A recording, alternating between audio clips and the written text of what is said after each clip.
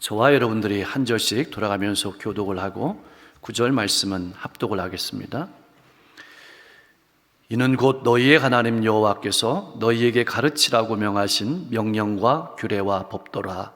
너희가 건너가서 차지할 땅에서 행할 것이니 곧 너와 내 아들과 내 손자들이 평생에 내 하나님 여호와를 경외하며 내가 너희에게 명한 그 모든 규례와 명령을 지키게 하기 위한 것이며 또 내 나를 장구하게 하기 위한 것이라. 이스라엘아 듣고 삼가 그것을 행하라. 그리하면 내가 복을 받고 내 조상들의 하나님 여호와께서 내게 허락하심 같이 젖과 꿀이 흐르는 땅에서 내가 크게 번성하리라. 이스라엘아 들으라. 우리 하나님 여호와는 오직 유일한 여호와이시니 너는 마음을 다하고 뜻을 다하고 힘을 다하여 내 하나님 여호와를 사랑하라.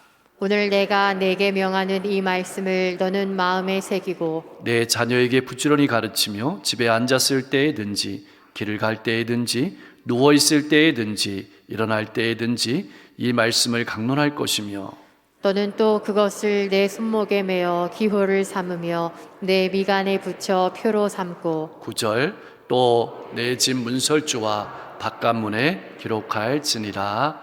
아멘. 오늘 본문 말씀은 모세의 두 번째 설교입니다. 특별히 오늘 우리가 본문 말씀에서 주목해야 될 것은 이 설교를 듣는 대상이 출애굽 세대가 아니라는 것입니다. 광야에서 태어난 세대입니다. 이미 선조들은 광야에서 다 죽었습니다. 그리고 이 설교를 듣고 있는 세대는 앞으로 가나안 땅에 들어갈 세대입니다. 그들은 가나안에서 살아야 하고 가나안의 문화를 만나야 될 사람들입니다. 그런 세대에게 말씀하시는 겁니다. 앞으로 다가오는 미래를 어떻게 살아야 하고 하나님의 백성으로서 어떻게 살아야 될지를 말씀해 주고 계신 겁니다. 이 말씀은 처음 코로나 시대를 겪으며 살아가는 이 시대를 우리가 하나님의 백성으로 어떻게 살아야 되는지를 하나님께서 사랑의 마음을 담아가지고 말씀해 주시는 것이 오늘 본문 말씀입니다. 왜 이 설교를 하시는 것일까요? 왜 우리는 이 설교를 들어야만 하는 것일까요? 우리는 학교나 직장에 들어가려고 무던히 애를 씁니다. 엄청난 노력을 합니다. 그러나 학교에 들어가는 것보다 직장에 들어가는 것보다 더 중요한 것은 학교에 들어가고 난 후의 생활입니다. 들어가는 것은 시작일 뿐입니다. 마찬가지입니다. 가나안 땅을 점령하는 것도 중요하지만 그 가나안 땅에서 하나님의 백성답게 사는 것이 훨씬 더 중요합니다. 그것을 들으라고 설교하시는 겁니다. 예수님을 믿고 구원 얻는 것이 중요한 일입니다. 그러나 예수님을 믿고 구원 얻는 것도 중요하지만 예수님을 믿는 성도로서 어떻게 살아가느냐는 더 중요한 일입니다. 우리가 하나님을 섬기는 예수님을 믿는 성도로서 이 세상을 살아가는 인생의 길은 결코 평안한 길이 아닙니다. 거기에 고난이 있습니다. 유혹이 있습니다. 좌절이 있습니다. 뿐만 아닙니다. 모함이 있습니다. 반대가 있습니다. 예기치 못한 아픔들이 많습니다. 그럼에도 불구하고 우리는 미래를 향해 나아가야 하고 하나님의 영광을 나타내야만 합니다. 어떻게 하면 우리 인생 앞에 놓인 온갖 고난과 어려움을 극복하고 하나님의 백성답게 살아갈 수 있을까요? 오늘 본문 말씀을 한마디로 요약하면 하나님만 사랑하라. 하나님만 사랑하라. 오늘 이 설교 말씀을 우리가 잘 이해하려면 역사적인 배경을 알아야 합니다. 시대를 거슬러 올라가면 때는 요시야 왕이 다스리던 시기였습니다. 요시야 왕은 8살 때 왕이 되었습니다. 하나님을 잘 섬겼습니다. 18년째 되던 해에 성전을 수리하다가 율법책을 발견했습니다. 그 율법책에 기록된 말씀을 들을 때 요시야 왕이 자기의 옷을 찢었습니다. 왜 찢었을까요? 충격을 받았기 때문입니다. 지금까지 이스라엘이 연약한 것은, 지금까지 이스라엘이 아시리아의 속국이 된 것은 힘이 없기 때문인 줄로만 알았습니다. 그러나 이스라엘이 망한 것은, 이스라엘이 어려움을 겪는 것은 힘이 약해서가 아니고 하나님의 말씀대로 살지 못했기 때문임을 깨달았던 것입니다. 또한 이스라엘이 살 길은 강대국에 의지해서 사는 것이 아니라 하나님의 말씀을 따라 살아가는 것임을 깨달았기 때문입니다. 우리도 마찬가지입니다. 기억하십시오. 우리가 살아가는 생명의 길은 환경과 조건과 사람에 달려있는 것이 아닙니다. 오직 하나님을 모시고 살아가는 길입니다.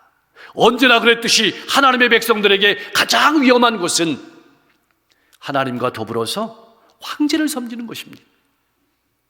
하나님과 더불어서 다른 신을 섬기는 것입니다. 그래서 성경은 우리에게 요구하고 있습니다. 둘 중에 하나를 택하라. 그래야 생명의 길이 열리는 것입니다.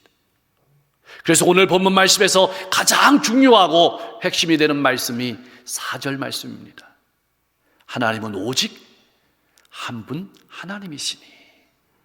이 말은 역사의 주관자가 하나님이시란 뜻입니다. 이 말은 복의 주관자가 하나님이시란 뜻입니다. 하나님께서는 이스라엘 백성들을 종살이하던 애굽에서 구해내셨습니다. 그리고 들어갈 가나안 땅을 선물로 주셨습니다. 이스라엘 백성들은 하나님께서 그동안 베풀어 주신 그 은혜와 사랑을 어디에서 나타내야 되냐 하면 앞으로 들어갈 가나안 땅에서 그 은혜와 사랑을 나타내면서 하나님의 백성으로 사는 모습을 가나안 백성에게 보여주어야 됩니다. 그것이 바로 이스라엘이 잘 되는 길이고 복을 얻는 길입니다. 하나님께서는 이스라엘 백성들의 요구대로 명령과 규례와 법도를 주셨습니다. 같은 말이지요. 왜 하나님께서 이 말씀을 주셨을까요? 왜 하나님께서 율법을 우리에게 주셨을까요? 첫 번째로는 이스라엘 백성들로 하여금 하나님을 경외하도록, 다시 말하면 하나님을 잘 섬기도록 하시기 위해서 말씀을 주신 겁니다. 두 번째로는 하나님의 말씀을 잘 지키게 하고, 세 번째로는 그로 말미암아서 하나님이 주시는 복을 받아 누리게 하시려고 이 말씀을 주신 겁니다.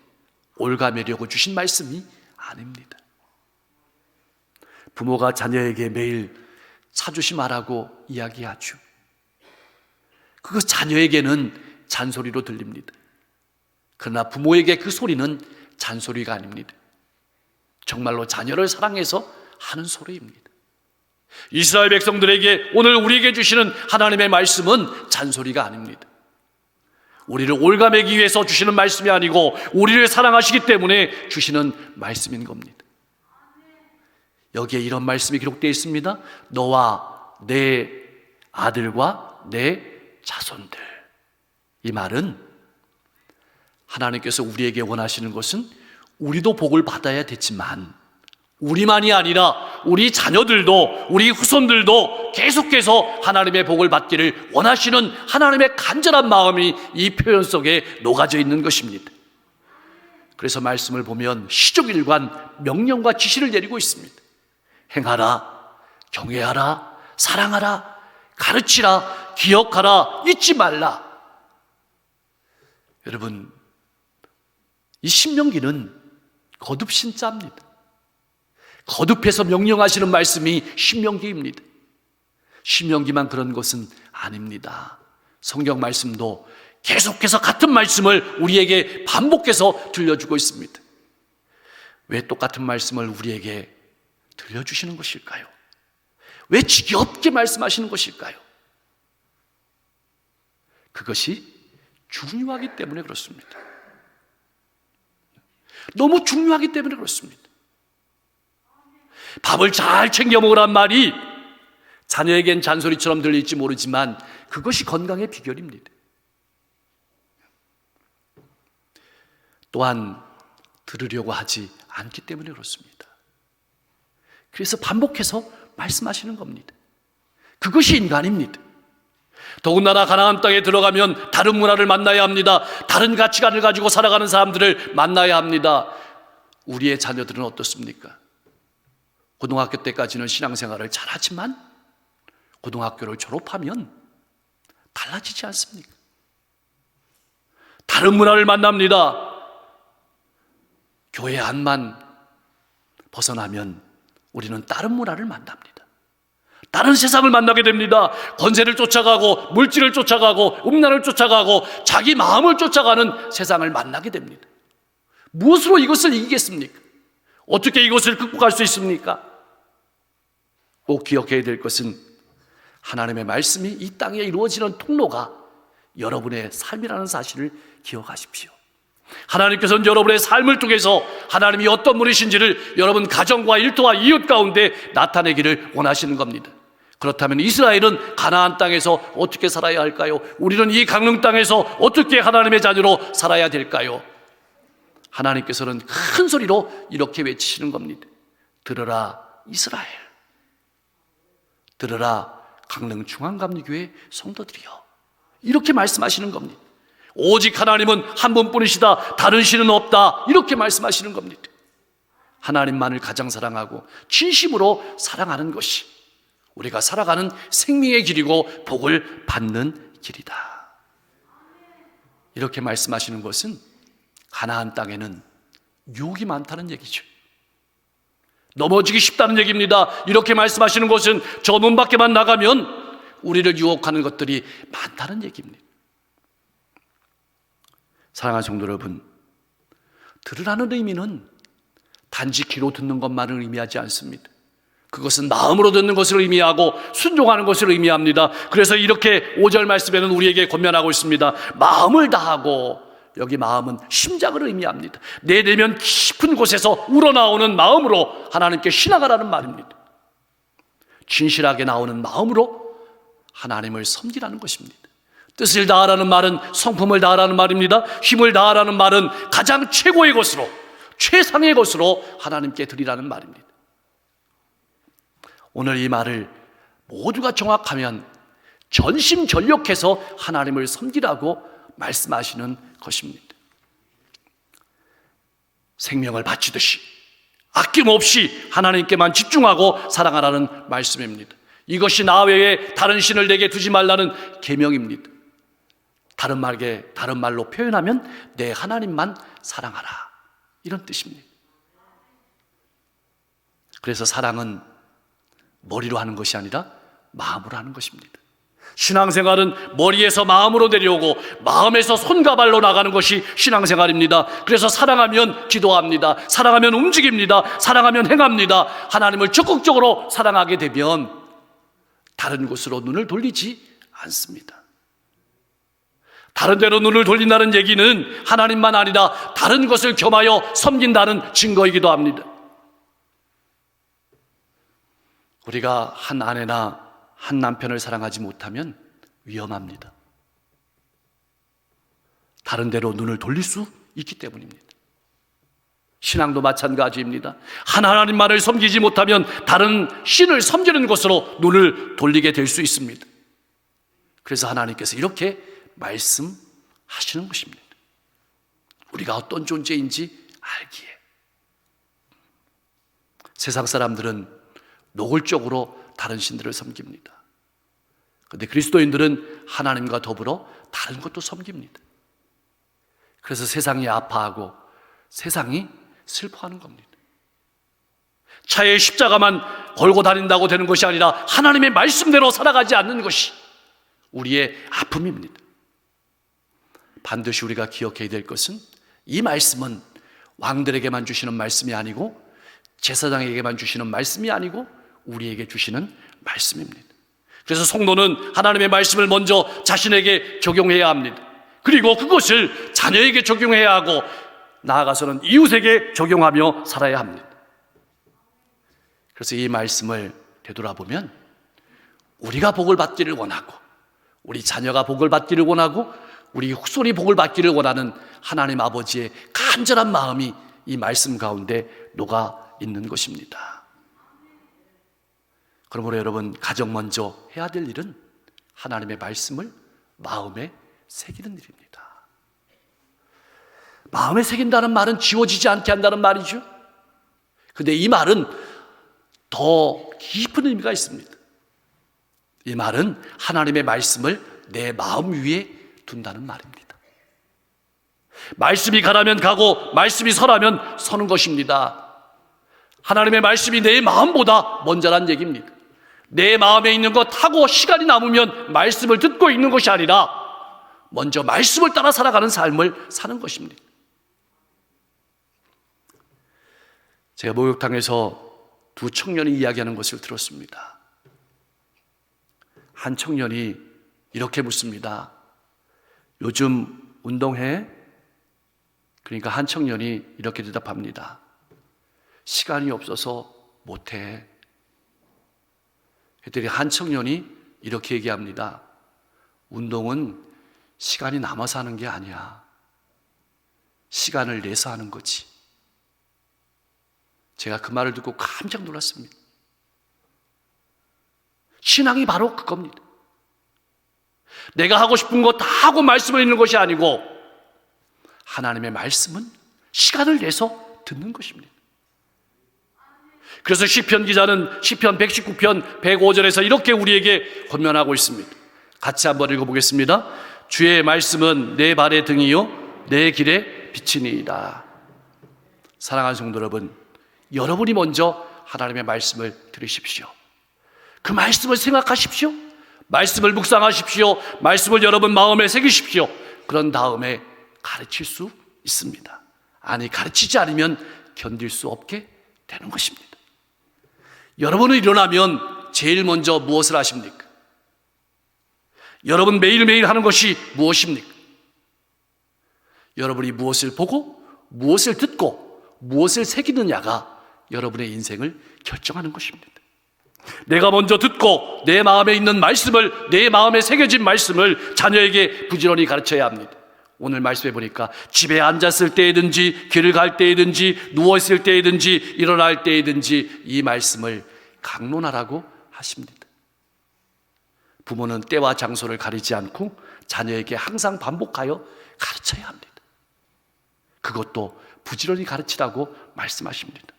주일날만 아니라 일주일 내내 가르치라고 하십니다. 머리에 각인시키라는 것입니다. 주입하라는 것입니다. 시간을 내라는 것입니다. 마음에 새겨지도록 하라는 것입니다. 왜 이렇게 하라고 말씀하시는 것일까요? 자녀들은 하나님의 말씀을 알지 못합니다. 신앙적인 체험도 부족합니다. 가나안 족속의 문화에 쉽게 넘어갈 가능성이 있습니다. 말씀을 떠나버리고 하나님을 떠나고 세상으로 흘러감으로 말미암아 하나님께서 주신 복을 잃어버릴 것이기 때문입니다. 우리 자녀들은 어떨까요? 여러분의 자녀는 어떻습니까? 부지런이라는 말은 날카롭게라는 뜻입니다. 하나님의 말씀을 마음 깊숙이 새겨놓는 일은 우리 부모가 마땅히 해야 될 일입니다. 그러면 자녀는 말씀에 깨어있는 인생이 됩니다. 세상을 분별하는 인생이 됩니다. 시대를 분별하는 인생이 됩니다. 하나님의 뜻을 따라갑니다. 하나님께 복을 받는 인생이 되는 것입니다. 강론하라는 말씀은 그 말씀을 삶에 구체적으로 적용하며 가르치라는 것입니다. 이럴 때는 이렇게 하라, 저럴 때는 저렇게 하라. 언제 가르쳐야 합니까? 때를 얻든지 못 얻든지 가르치라고 말씀하는 겁니다. 바울 사도는 믿음의 아들 디모데에게 이렇게 권면했습니다. 디모데후서 4장 2절 말씀입니다. 같이 한번 읽어보겠습니다. 너는 말씀을 전파하라. 때를 얻든지 못 얻든지 항상 힘쓰라. 범사의 오래 참음과 가르침으로 경책하며 경계하며 권하라. 아멘. 내 말씀을 전파하라. 뒤에가 중요합니다. 때를 얻든지 못 얻든지. 말씀을 들으려 할 때가 있고 말씀을 들으려고 하지 않을 때가 있다라는 겁니다. 그럴 때도 말씀을 전하라. 8절 9절 말씀에는 손목에 매며 기호를 삼고 미간에 붙여 표를 삼고 문설주나 바깥문에 기록하라는 말씀은 자녀들이 하나님의 말씀을 항상 볼 수 있도록 하라는 말입니다. 나아가서는 걸어다니는 행인도 하나님의 말씀을 볼 수 있도록 그렇게 하라는 것입니다. 사랑하는 성도 여러분, 오늘 우리가 살아가는 세상도 가나안 바 다를 바가 없습니다. 오늘 이 시대를 살아가는 성도들의 아픔이 무엇일까요? 하나님을 믿지 않는 것이 아니라 하나님과 세상을 겸하여 섬기는 것입니다. 그래서 말씀을 듣지 않는 것입니다. 들어도 주일에만 그치는 것입니다. 들어야 순종하고 마음에 새겨야 삶이 되는데 그렇지 않는 것입니다.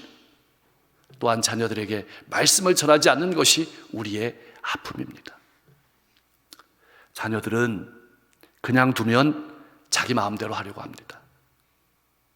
다른 것은 다 자유롭게 하도록 내버려 둬도 되지만 기도와 예배와 말씀은 절대로 양보하면 안 됩니다. 그래야 자녀들이 자라면서 하나님을 위한 복의 통로가 될 수 있습니다. 하나님의 복을 받는 사람이 되는 것입니다. 여러분, 공식적이든 비공식적이든 기회를 살리십시오. 여기에 여러분의 생명을 거십시오. 그렇지 않으면 세상의 문화와 가치관으로 살아가는 사람이 될 것입니다. 이것이 영적인 전쟁입니다. 하나님께 예배하는 가정은 깨어지지 않는다는 말이 있습니다. 지나간 세대에는 가정 예배가 소중한 가치였습니다. 밥상머리에 둘러앉아서 같이 음식을 놓고 기도했습니다.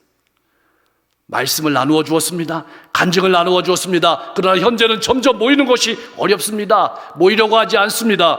그렇다고 손을 놓고 있으면 절대 안 됩니다. 불러야 합니다. 예배 드려야 합니다.